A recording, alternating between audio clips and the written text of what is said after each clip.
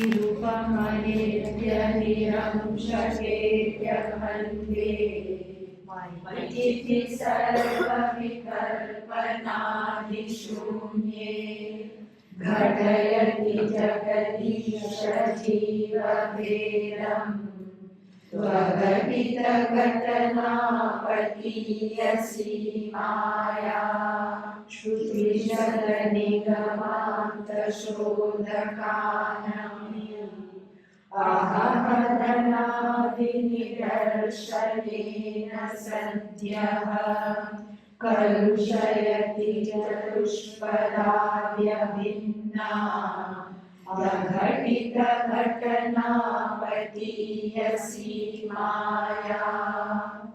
Everybody is sounding like a pandit. Very nice. Beautiful. So, we saw how even the greatest of scholars in the last mantra were reduced to what? Four-footed animals. Not just dogs and cats, big cats, tigers, catch, kill, eat mentality. And I have to be first, I have to be first all the time. Why? No, I don't want to be waiting. I have to get this first. And then the more we are like this, the companies, the commercial companies exploit our helplessness. That's why whenever a new product comes out, what is said? Limited release. Meaning only so many are there. So we have to just beat up the person next to us, to go there, stand in line, beat up the people in front of the line, to be in front of the line and get it. And this is how it is. And it's all just a ploy, it's a gimmick. They have learnt lessons from Maya very well.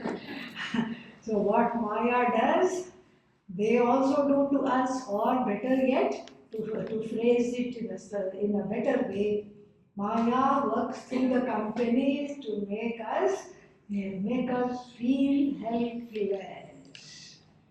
And so this catch, kill, eat mentality have to just let go, to overpower Maya. Right now, Maya is described as cleverer than you and cleverer than all of us put together. So in order to be cleverer than Maya, what do we have to do? Not buy into this, literally. When there is Ishvara Buddhi, meaning I have Ishvara in my heart and I have Shraddha and Bhakti for Bhagavan, then it becomes very easy. Then we can say, if I am meant to have that thing, it will come. This is a very interesting attitude. This is a Maya defeating attitude. You want to defeat Maya, catch hold of Bhagavan. Catch hold of Bhagavan, and then Maya is defeated. How? Because the Shraddha is an antidote to Maya. Your own Bhakti, your own Shraddha covers you and protects you from the onslaught of Maya, because if you have Shraddha, there is security. Relative security is there until you get absolute security by Atma Vidya, which says you are not insecure to begin with. But until that happens, Shraddha and Bhakti cover you with a kavacha. Kavacha means what? Shield. Very good. And with a shield of protection against Maya. The person with Shraddha will say, never mind if the whole world is going mad. This is up and down, you know why. Never mind that this whole world is going mad after all these objects. Yes, I do want it. We have to be realistic. We cannot say I don't want it. Maybe I do want it. But if it is meant to come to me, it will come. And if it is not meant to come, Namaha, Om Namaha. And in this way, when we lead our life, then something miraculous happens. Because Bhagavan Bhagavan's promise, which we talked about in the 9th chapter of the Bhagavad Gita, that I will carry your wants, I will carry whatever you need, and whatever you need will come to you. Whatever is due to you according to your karma will also what?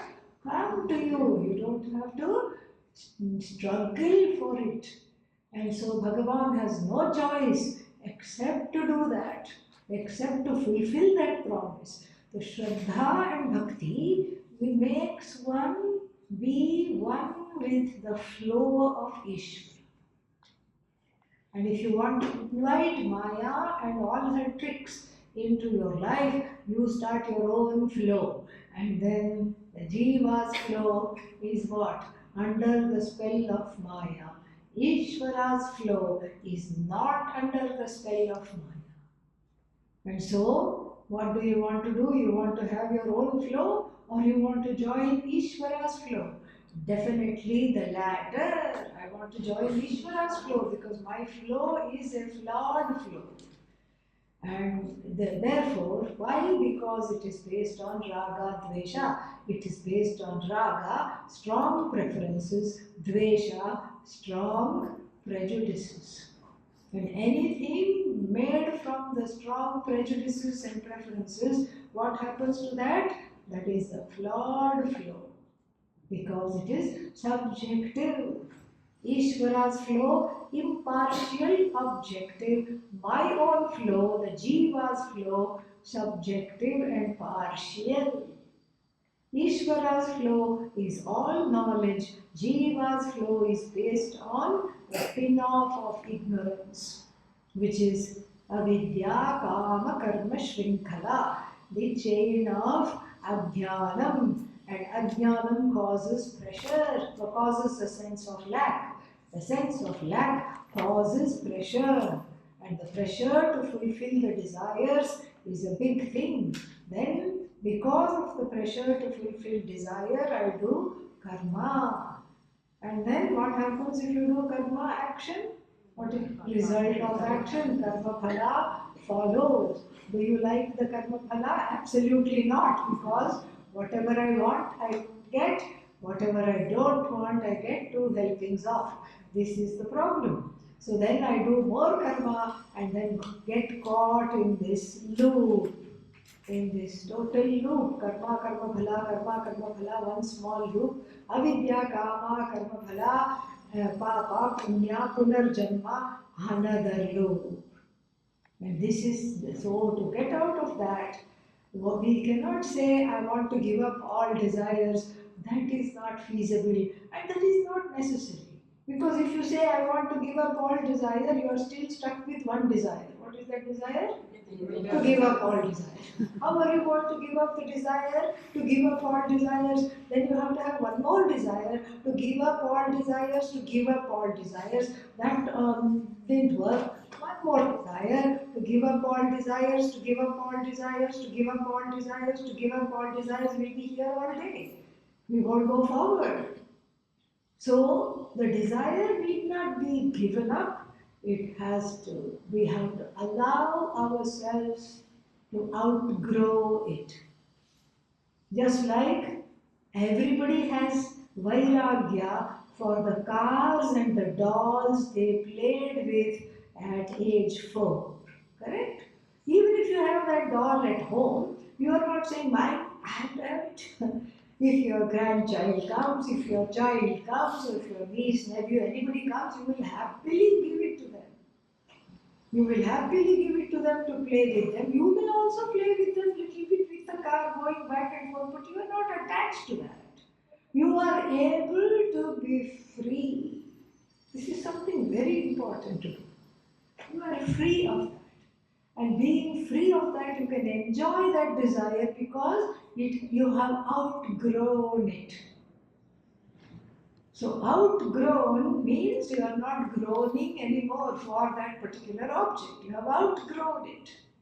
So we allow these desires to be outgrown in a timely fashion and let them drop. When will they drop? When you catch on to something big, then all the small things will drop. That's how we have led our lives. They say, what is that? It's as easy as taking candy from the hand of the baby. Whoever said that doesn't have babies. Okay? Yeah. Any mother, father knows how difficult it is to get the candy from the hand of the baby. But what do you have to do? The mother doesn't want the child to eat candy. It is bedtime. She doesn't want to deal with its sugar high and sugar low. And so what is she going to do? She's going to give it some teddy bear.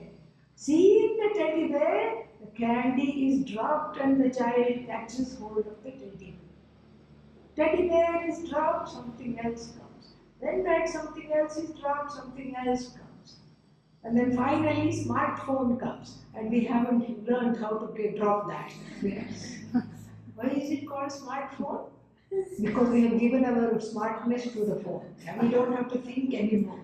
Very sad. Somebody wanted to exchange their phone number with me. So I had my phone, so I said, tell me your number. She said, I don't know my number, I have to look in the phone. This is our situation. So we have to outgrow that. And then the biggest thing we catch hold of, what is the biggest thing? Bhagavan. And what Bhagavan represents, Brahman, this consciousness is the biggest thing. In fact, the word Brahman means Brihi Vriddhav, that which is limitlessly big. And so this biggest thing when I catch hold of, what happens to the small things? Just drop by the wayside. The longing for those things will still be there. Oh, in those days, before Vedanta, I used to go to the mall. Before Vedanta, I used to go to the movies. Before Vedanta, I liked to gossip with all my friends. Before Vedanta, I could do whatever I wanted. This is all spiritual romanticism, like that it was. And people sometimes come and tell me, I have given up movies, I have given up malls, I have given up all going out to see friends, I have given up all that. And I feel that I'm not that much interested in them. And then I said, this is great. Why are you looking so bored and tired and confused?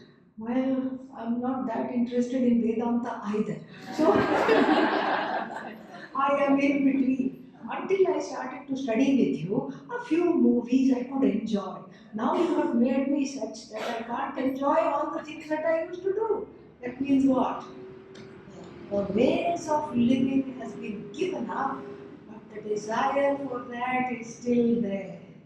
Bhagavan Krishna in the second chapter says, Rasavarjam rasopyasya param drishtva nivartate.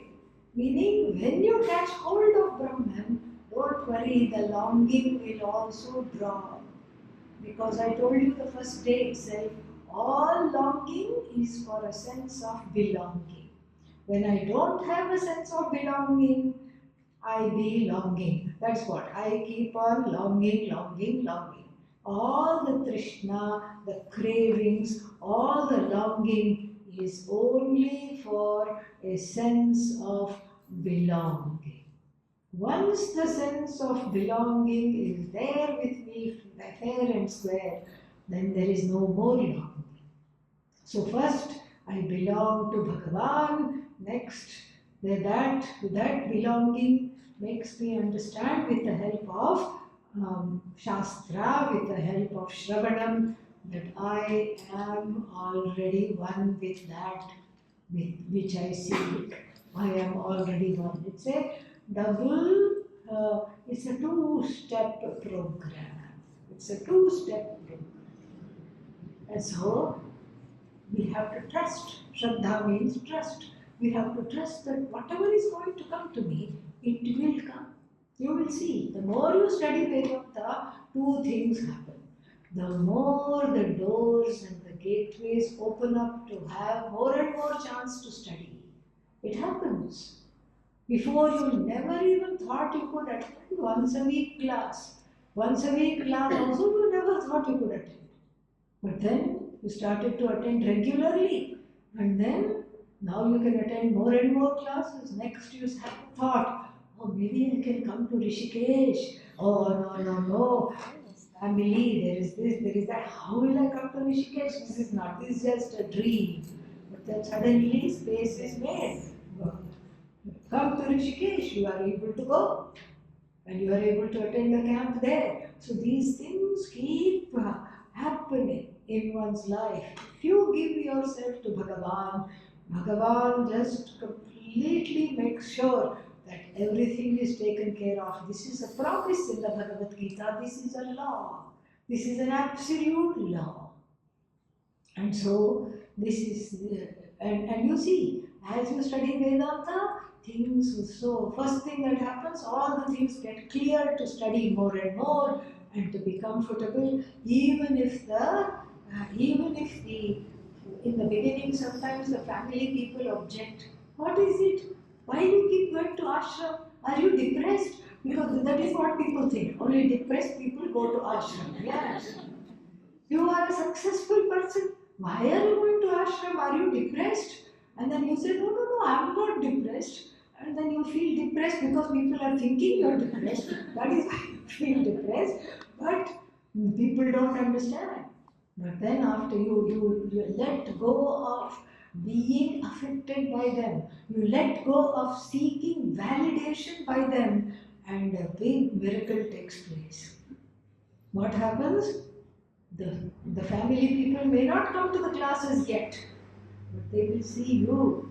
If you start teaching Bhagavad Gita, nothing happens, okay? They are not interested.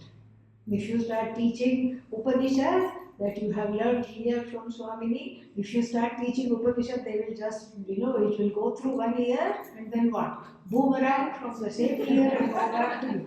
It will not make any difference. But they are closely watching, not what you say, how you behave. They are watching. And they see there is a difference. They see that you are less reactive.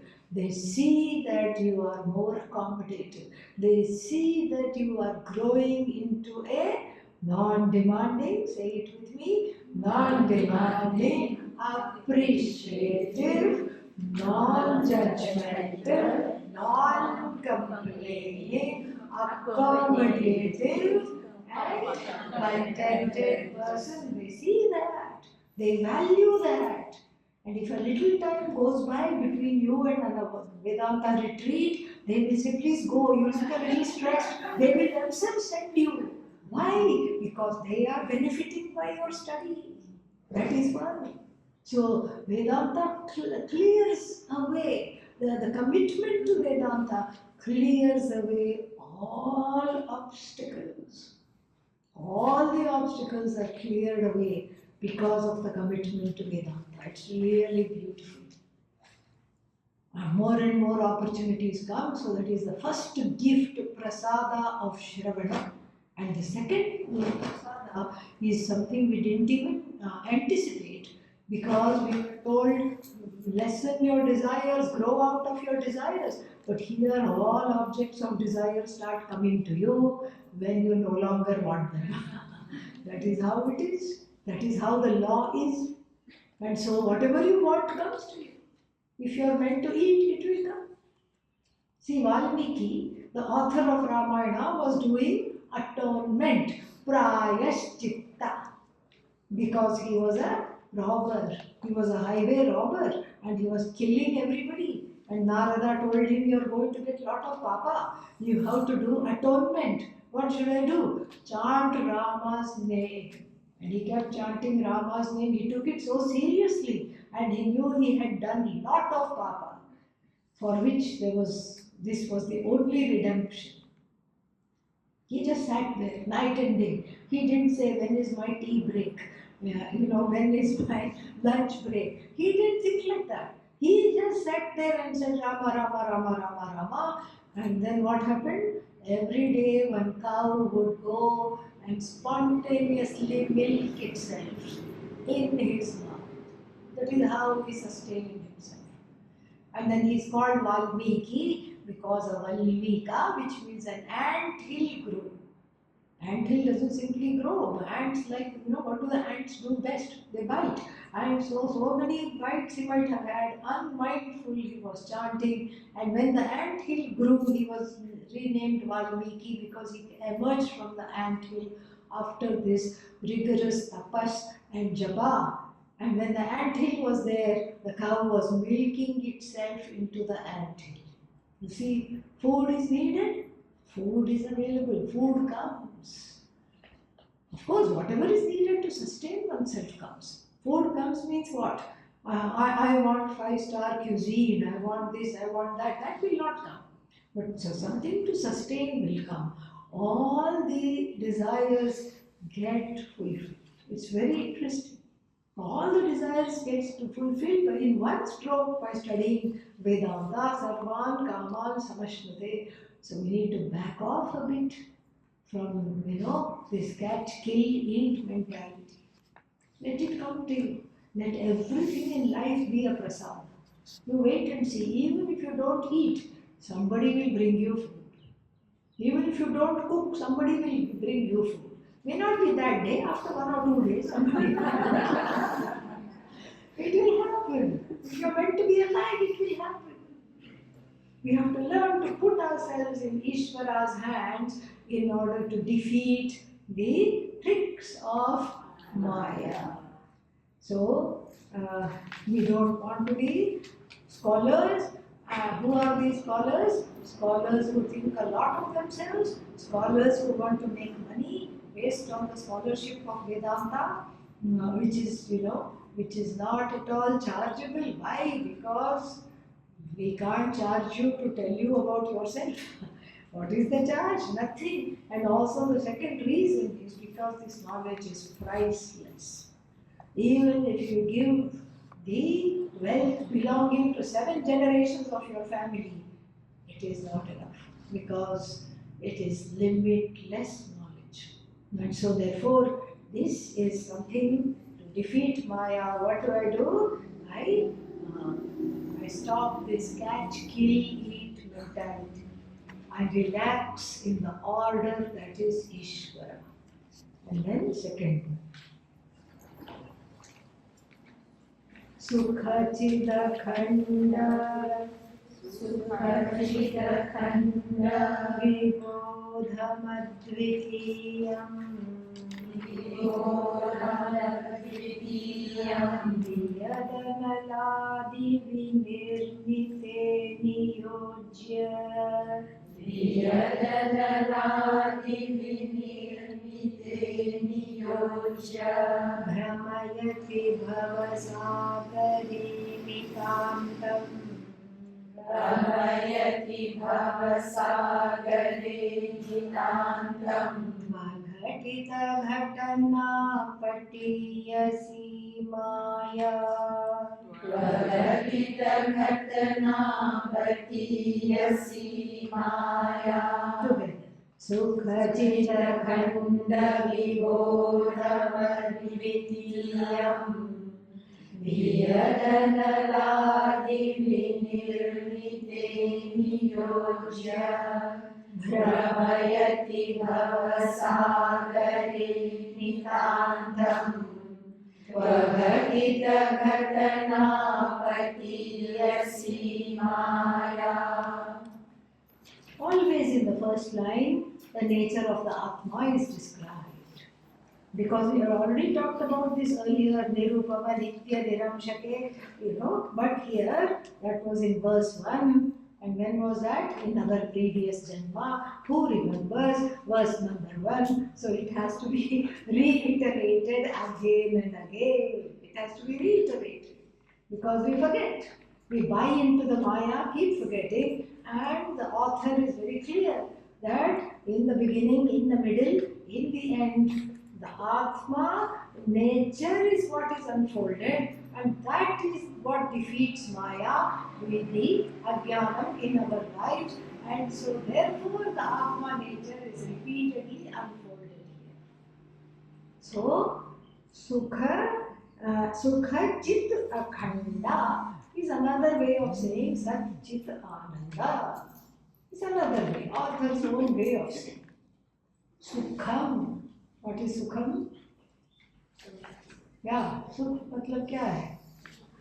Happiness. Sukh means happiness. Actually, there are two words in the Brihadaranyaka Upanishad, both mean Brahman. Kam Brahma, Kham Brahma. So, Kha, Kham, Brahma, Kam, Brahma. And then you add Su means wonderful, auspicious. That is a prefix which means wonderful and auspicious. Sukham. Sukham means limitless. Limitless Ananda. And which is what everybody is hankering after. Who doesn't want Ananda? Nobody will raise their hand. Everyone wants Ananda when? Yesterday, right now. Then if I ask you the next question, Ananda means happiness, right? How long do you want to be happy? Always, forever. Nobody says, oh Lord, please give me happiness for 10 minutes. I will not ask you anything anymore. ऐसा कौन बोलता है? Who will say like that? Nobody will say like that. I want to be happy forever. So in fact, it's not the happiness that we want. We just think it is happiness because that's the only way we can relate to it, because we don't know the meaning of forever. The forever is some kind of a distant concept. But that's what we really want. We want forever. And that's why if any happy incidents people share over tea or when they go to visit their friends or relatives, so maybe one parent says with pride, my son, my daughter got a job. Is it permanent? The other one will ask. Permanent means what? Another word for forever. Oh, I shifted to a new house. Is it your own house? Even though actually it's not your own house. The bank owns it. Okay, yeah. You don't have the paper. The paper is with the bank, and until you fulfill all the monthly installments, you will never see the paper. Okay? So, but still you say, yeah, it is my house. Means it is permanent. It is forever. That's how it is. Forever. Nobody wants house. What do they want? Forever. Nobody wants a job. They want the forever behind the job, which they think they can get the forever by job. Sad. Sadder still are people who think they can get the forever by marriage. Yeah. Forever. Pujya Swamiji used to joke, he used to make a lot of marriage jokes. Marriage jokes and Vedanta go together. So he would say, in the beginning it is, I love you, I love you, I love you, I love you. And afterwards what? We need space. I allow you to go. Yes. This is how it is. So forever, we are looking for the forever in the not forever places. We are looking for the forever in time-bound places and time-bound states. This is our problem. This is the prasada of Atma Ajnana. And when you do this, Maya is rubbing her hands in glee. Ooh, great, let me just throw one more little thing. Maybe they will mistake that also forever. So when I look for the forever in not forever places, will I get it? Absolutely not, because I'm looking in the wrong place. It's like the grandma who was a great, embroidery expert, and she was doing embroidery for everybody in the village. And one day she was very sad because her embroidery needle was lost. Needle is very difficult to find, okay? Unless you step on it, then you find it. But otherwise, it's very difficult, so small, so thin. How are you going to find the needle? Still, a group of young men and women started to look around wherever she was, and then they started to, look for it. Half an hour they searched, no needle. Then finally one young person got the idea to ask, Grandma, where did you lose the needle? Back in my house. Why are we searching here? Because there is a street light. Searching in the wrong place is not going to give you a forever. Nothing is forever. Sureshwaracharya, the direct disciple of Adi Shankara, says, Sarve samyogaha viyogantaha. All the coming togethers, all the joinings, all the fusions is what? Until separation. Until separation. One Zen Buddhist master was there. Zen is very close to Vedanta. Zen Buddhist master was there, and then the Shishya wanted to take him some gift to give to the master. And the Shishya went and got one very nice mug with a nice lid for tea. Very nice, made of bone china, beautiful. Nice painting, hand painted, very nice mug for tea. And he was very happy. He thought Guru will become Khush. Very happy Guru will be, and Guru will take me on as a disciple. Such a nice cup.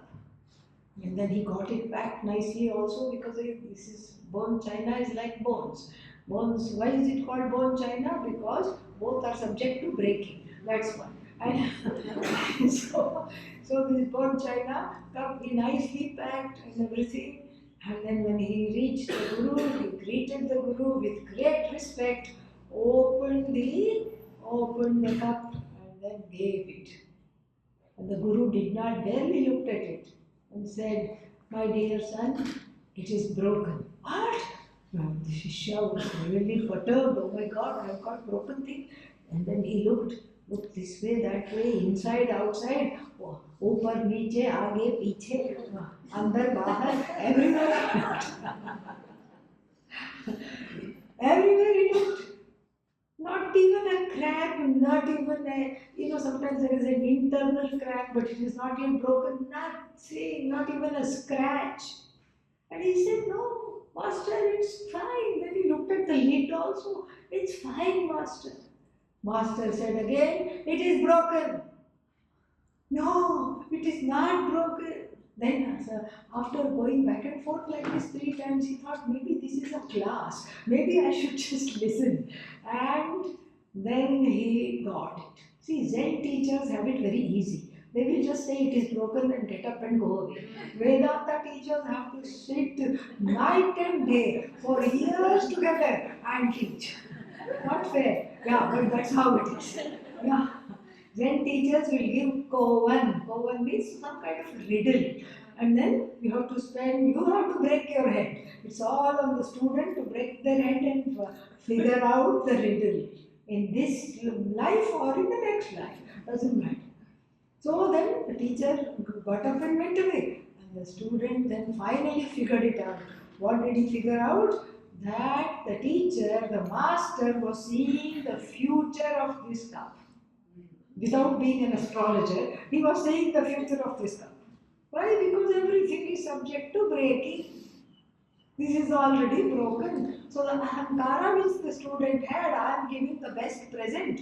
That had to be broken. Even if the cup is not broken, the ahankara that I am giving this and this is what it is, this is the best thing, that is gone. Because this, if we don't understand this, then we keep looking for the forever in the not forever, never forever places. So where should I look for the forever? There is no need to look for it. You are the forever. You are the one that is infinite. And if this is not known, you will look for the infinite in finite places and finite times. Happiness is not an object that you can go to the market and buy. When you buy 4 pieces of happiness and come back, 1 per family member, no, you cannot do that. Happiness cannot be purchased. Oh, but there is a place I can go to, happy place. There is no such thing as happy place. No, I went for a vacation one time and I was very happy there. So if I go there again, I will be happy. Don't try doing that because that was then, this is now. This will be just like that. If you go with that expectation, you will be sad. Why? Because you went after 10 years. Oh my God, look at the crowd. Look at the beaches. Nothing. Terrible. Look at how many hotels they have constructed. It's not at all like how I went last time. You will come back crying. Because happiness is not that place. And even let's say the place is very pristine and just like how you left it. Last time you went with a calm mind. This time you went because you had a fight with a significant other in your life.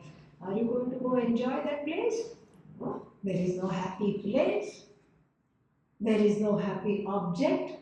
Oh, maybe there is happy time. Oh, happy hour. Ooh. If you know this thing called happy hour, happy hour is the most unhappy hour because all unhappy people go there to forget their unhappiness. How can you call it happy hour? Very interesting. If it is happy hour, it's a happy hour only for the bartender because he is making money. That's all it is. Only for him it is happy hour. For the rest of the people who go there, sad hour. Sad hour. Not happy hour at all.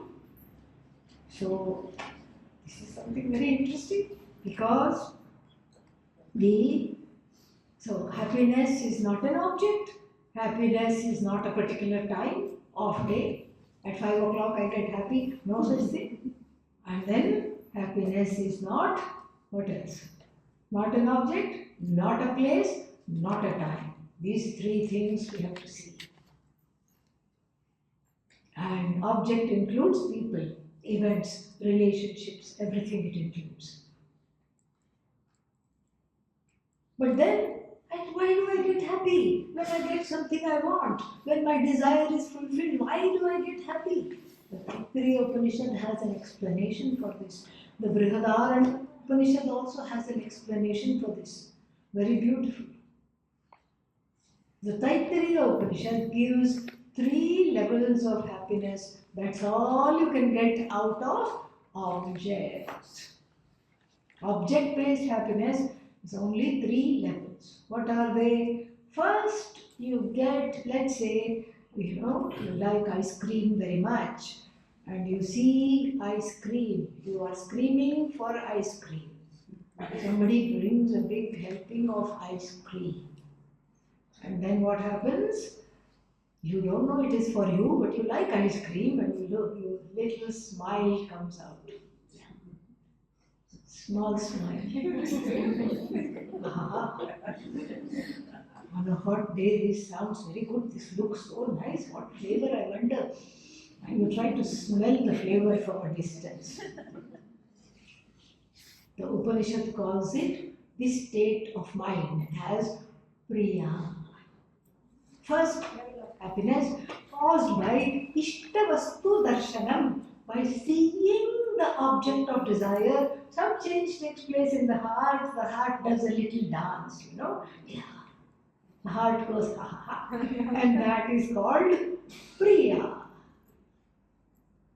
Then, surprise, surprise, that person holding the coal is coming to you. What? Really? No, they must just pick up, say hi. Let me not get my hopes up. You are just waiting to exhale.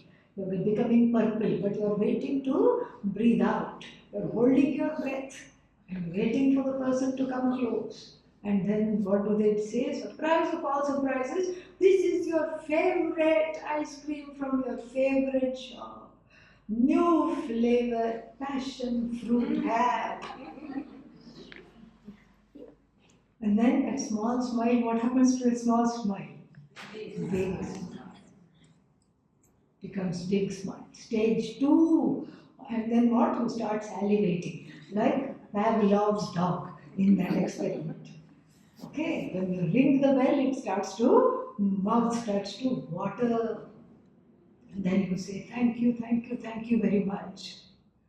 And you wait for them to leave. Because if they don't leave, then you have to share with them. Okay, yeah. You have to be practical. You say, no, no, enough, thank you very much. I'm sure you're busy. I'm sure you have things to do. And they say, no, no, no, I want to see you eat it. No, no, no, no, please go, please go, please go. Then they leave. And you look to the left, nobody you know is around. You look to the right, nobody you know is around. Now you can inhale the ice cream. Yes. You attain oneness with the ice cream. And then what? This is called Ishtavastu Prapti. Gaining Ishtavastu, gaining Advaya, becoming Ishtavastu, becoming Advitiya with Ishtavastu, becoming one with Ishtavastu, becoming non-separate from Ishtavastu. You have the third and final stage of happiness that is possible on the earth, which is called Pramoda. Very beautiful teaching. And this is all that is possible. Well, you became one with the ice cream. Did the oneness last? Say no, so we can move on. No. Oneness cannot last. Because after the ice cream is done, you want another, or you want to go somewhere else, you want to get something else, you want that incompleteness does not go away forever. It is only a temporary reprieve. It's just a little temporary reprieve from the heat, and it's a temporary reprieve from the inner heat of insecurity and incompleteness. That's all it is. And this whole thing is visualized very beautifully in the form of a bird. Because we have to see this. The bird is easy to look at, and we can visualize the bird. The head of the bird is Priya. Tasya Priyameva Shiraha. And the right wing is Moda. Modo Dakshinah Pakshaha. Pramoda Uttarah Pakshaha. The left is what? Pramoda. And the whole thing is what? Ananda Atma. And then the bird is able to stand because it has a tail. The tail of the bird gives it stability when it stands, flies, etc. What is the tail of this bird? Brahma Pucham Pratishtha. The Pratishtha of this bird, the very being of this bird is based on Brahman. So this Priyananda, Pramodananda, Modananda are all dependent on what? Brahmananda. Brahmananda is not dependent on Priya, Moda, Pramoda. The Ananda that is derived from Priya, Moda, Pramoda is part of Brahmananda. Even though Brahman is partless, sometimes we are constrained to use certain words. Is included, that's a better way to say it, is included in Brahmananda, but Brahmananda transcends all these. All these. This is it is because it is you, not you. It is a happiness that is not dependent upon Ishtavastu. Bringing Ishtavastu closer to me, sending Anishtavastu away. Anishta means undesirable objects away. Then only I can be happy. No. This is the happiness that is there with you. Nay, it is you all the time. But then in the presence of Ishtavastu, it comes out to play. It is just a latent happiness that becomes manifest at certain times.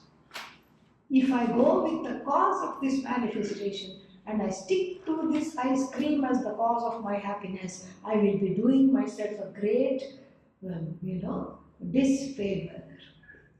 I will be cheating myself. Because yes, ice cream made me happy today. Tomorrow, what happened? The person got stomach flu. And even if you give 3 scoops of their favorite ice cream, they will say, I'm feeling sick, looking at it, take it away. Similarly, if you have a fight with your friend and then somebody comes and gives you ice cream, you don't want it at all. So many things have to be in place to produce Priya, Moda, Pramoda, that if we go through all the things that have to be in place to produce all these various states of happiness, you will get tired. Mood has to be okay. And the karana in the form of the mind, instruments in the form of the digestive system, if it is something to eat, they have to be intact. Desire has to be there. Desire in the form of I has to be present. And then next one, the object of desire has to be present. And then only the fusion takes place. Otherwise, there is only confusion. There is no fusion. So the one, if you look for oneness, trying to enmesh with objects, people, events and situations in your life, it will only give dukkha. It is not sukha chiti akhanda bodhe, it is not that. And so people get confused. What is Brahmananda? Somebody said, oh, Brahmananda is something away from all this, far away. In fact, it is so, it has to be experienced. You don't know how, you can't talk about it. Those who know. Those who don't know, they just talk, they don't know. And then I ask somebody this, and they talk like this. It is like drops of nectar falling from above somewhere, and you taste it at the back of your throat, drip, drip, drip. And that is Brahmananda. I got worried. I said, I think you need to go see a doctor. What if it is some kind of cerebral fluid leaking? Yes, get yourself checked out. You may need surgery. Yeah, what is this rubbish? Where will some drops come? This is what we get carried away. We get spiritual. This is all spiritual romanticism without any basis. No Shastra says that. All distortions and some, what is that? Wishing, some strange wishes they have. It is out of this world. If it is out of this world, then what kind of an ananda is it? Are you sure you want it? Because what you know is what is here. So the ananda of Brahman, if it is out of this world, if it's not included in any of the experiences I have, will become also finite. We have to lose some brain cells. Because if it is not included in the ananda that I already enjoy, then that means what? It is, I am delimiting it. It is separate from me. That means it is finite. How can we say it is forever? Knowing Brahman is of no use. All the ashrams will have to close down. And then all the swamis, all of us will be without employment, without a job. So we better understand this properly. We better take the time, even if it is not very clear, doesn't matter. We keep listening repeatedly. Better take the time to understand it here and now and properly. What is this properly? Properly means this Brahmananda has to be included in my everyday Ananda. It has to be included. How can it be out of this world? If it is out of this world, I can't experience it. It is included in my Ananda. Everything is included in my Ananda. And then, what is this Ananda? The next word, look at this. How is it different from the time-bound, space-bound Ananda? Because it is Chit and it is Akhanda Vibodha. Akhanda Advitiya Vibodha. Vibodha means knowing. Akhanda means without a gap, without any kind of a separation. Chit means this all-knowing all-knowing consciousness. There are two words, we have to be careful in translation. The first word is chit, myself, all-knowing consciousness. And the other word is vibodha. Vibodha means understanding. So that is happiness. What is happiness? What is Brahmananda? Brahmananda is that which includes all the anandas. Every ananda it includes. Ice cream ananda, chocolate cake ananda, movie ananda, what else? Mall ananda, marriage ananda, children ananda, office ananda. Then even it includes Vidyananda, the study of Shastra also gives a certain ananda. Everything is included in that, but that transcends everything. What does that mean? If it transcends, that means it's somewhere beyond. I have to go beyond. You don't have to go anywhere beyond. And this is the teaching in the Brihadaranyaka Upanishad that sage Yajnavalkya gives to his wife Maitreyi. Yajnavalkya comes, before taking sannyasa, you have to take the wife's permission and the mother's permission. Father, not so much, because the mother has given so much sacrifice she has done. And wife is dependent upon the husband in so many ways. Even if she is not financially dependent, she is emotionally dependent. So just because you want to take sannyasa, you cannot walk off like that and go away. You have to ask the permission. It is said that in the Upanishad that Yajnavalkya, sage Yajnavalkya, had two wives. That must have been the custom in those days. And one was Katyayani and the other one is Maitreyi. So he must have asked Katyayani also. And Katyayani said, good riddance, go. Abba, thank God. Yes. I was wondering when you will go. Okay, great. But Maitreyi was his beloved. They shared a relationship that is to die for, really. They shared a relationship where the minds met and their spiritual needs met and everything met. They were just amazing. The wavelength was a spiritual wavelength that they shared. So then he comes to Maitreyi and says, Ud aham yasyan. I think we've lived together for a long time. Kya, rose, every day, making tea, doing Agnihotra, and then doing something else, and then doing this. I think I just want to just go and be by myself and enjoy this knowledge of Brahman. He already knew. He was, in fact, a great scholar of Vedanta. He already knew. In fact, everybody was afraid to debate him. They used to call him to the debate only so that they could become his disciples. Because that's how it was. If you are very well known, you can't go, and you yourself are a guru. You can't go to somebody and say, I am becoming your disciple. It is not the way to do it. What do? You invite the person for a debate, and of course you will lose the debate, and then in front of everybody you say, okay, I am your disciple. This is how it is. So people used to just call him so that they could become his disciples. So then one day he comes to her and says, I think I just want to enjoy this, revel in this knowledge, enjoy this knowledge, just be by myself, drop all the things to do. Because Grahastha life means there are rules. So all these rules, regulations, do Agnihotra, Homa in the morning, do it again in the evening, and then do full moon ritual, new moon ritual, this ritual, that ritual, 5 Mahayajnas, feed the cows, feed the people, feed the gurus, feed the mains, feed Ishvara, all these things, I don't know what to do all this. I want to let go. And she says, being an intelligent lady, she says, wait a minute. And he also says, I have left you enough wealth. You will be a very rich lady.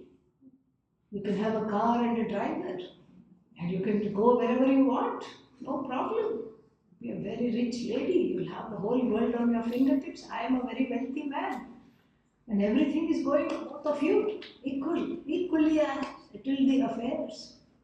And she says, wait a minute, darling husband, this wealth that you're leaving me with, is that going to give me what you are going to enjoy in the forest? Point blank, she asks. We have to study sometime Sureshwaracharya's Bhartika. Bhartika means verses explaining this portion, because the Upanishad is a lady of few words. She will just do some skeletal words and sentences and go away. Acharya Sureshwara unfolds all this, and in verse form he fills in the blanks very, very beautifully, bringing out their relationship even more. And he says that, he makes Yajnavalkya say in his commentary. What does Yajnavalkya say? I had a adhikari in the form of my own wife, but I missed seeing you as somebody who is interested in this knowledge. I thought you were the cooker of the food. I thought you were the bringer of my coffee. I thought you were ironing my clothes. But here you turned out to be what? The greatest of adhikarinis, the greatest of the qualified persons. And he begs her forgiveness. He says, I didn't know. She says, if you are going to go enjoy that and you're leaving me with something that I cannot really enjoy, you have to give me that. And that you cannot give me half of that. You have to give me whole of that. And then at the end of this, Sureshwaracharya says, both of them repair to the forest. Lock the house up. They were vanaprasthis anyway. They were living in the forest anyway. Both of them leave even that and go away. And so he cannot take sannyasa now. He has to sit and teach her, and the teaching is until you get it, it has to be taught. Until the student says enough, it has to be taught. That's why the teacher teaches until the student gets up and goes in every Upanishad.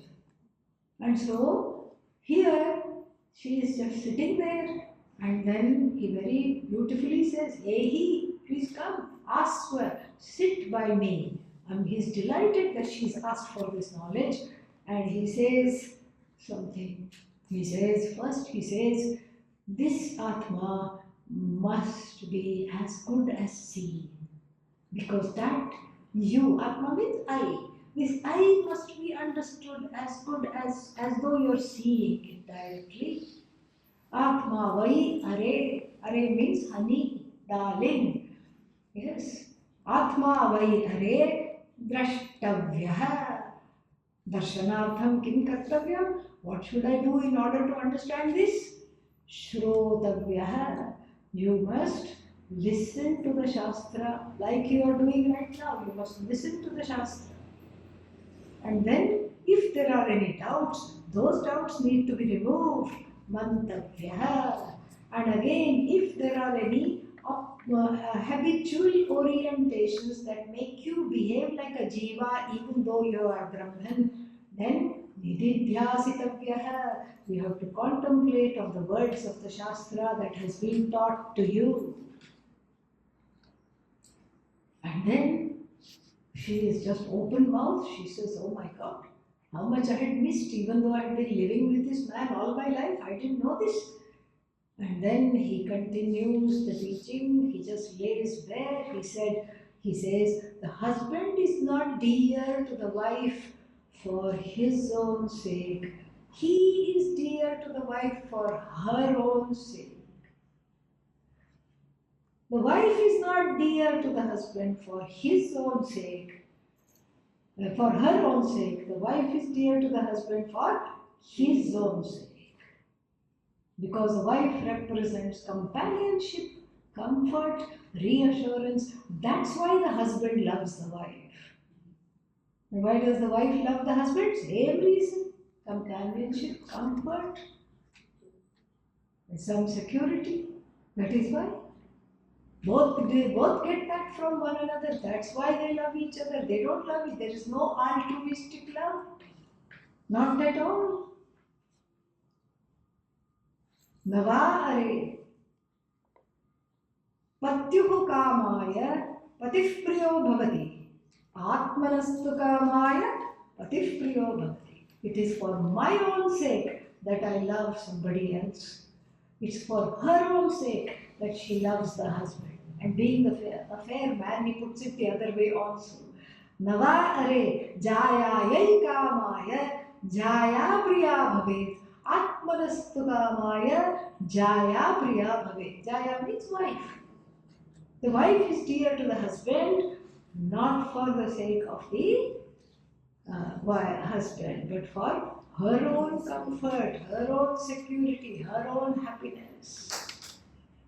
So therefore what? Atmanastu kamaya jaya priya bhavati. Atmanastu kamaya patif priyo bhavati. So it's for one's own sake that the wife becomes lovable, the husband becomes lovable. Very interesting. And the Bhaja Govindam also reiterates this. In the Bhaja Govindam there is a verse. That same body that she loved of the husband, she thought, oh, what a handsome husband I have, so tall, so nice, looking, everything. And the same body she tended with care, massaged him and everything very nicely, lovingly. And then one day, Ram Naam Satya Hai dies off. And then, what does she say? Get this thing out of here. Doesn't even say husband. What has the husband become now? A dead body. Get this thing out of here. Bharya bibhyati tasmin skaye. That same body that she loved all her life and she was very proud to have this wonderful husband, wonderful looking husband. And then after death, what does she say? I'm afraid, get this thing out of here. You see, what has changed? That body cannot give that comfort anymore. Why? Because the Atma, the Chit has flown away. You see this now. That body has gone. Body hasn't gone. Actually, body is very much there. Atma has as though gone. Chit has as though gone along with the Sukshma Sharira. The Jivatvam has gone. The Jiva has departed. And so you see, what is it that one is in love with? One is in love with that Atma. The Atma of the husband, the Atma of the wife is really one's own Atma. There are no two Atmas. Then he continues. The children become dear not for the sake of the children, but for one's own sake. And then any causes in the world, environmental justice, social justice, and then what is that, women, Nari Shakti, women's power, all these become dear, not for those causes, for one's own sake. Any kind of charity work that one does is for one's own sake. No, I'm doing seva, I'm helping other people. Don't do. Let somebody else do. No, I want to do. Why? Because I feel happy. You see this. You see this. There is no altruism according to Vedanta. That is what it is. And so, Atmanastu kamaya sarvam priyam bhavati. And this Atma is already lovable without getting into states of Priya, Moda, Pramoda. If we know this, Priya, Moda, Pramoda become a play, become enjoyable, not something upon which I depend. Still a few more things we have to see, we will come back and see. Om Purnamadah Purnamidam Purnat Purnamudachyate Purnasya Purnamadaya Purnamevavashishyate. Om Shanti Shanti Shanti. Hari Om Shri Gurubhyo Namaha. Hari Om. 15-minute break, we'll come back. 15-minute break, we'll come back.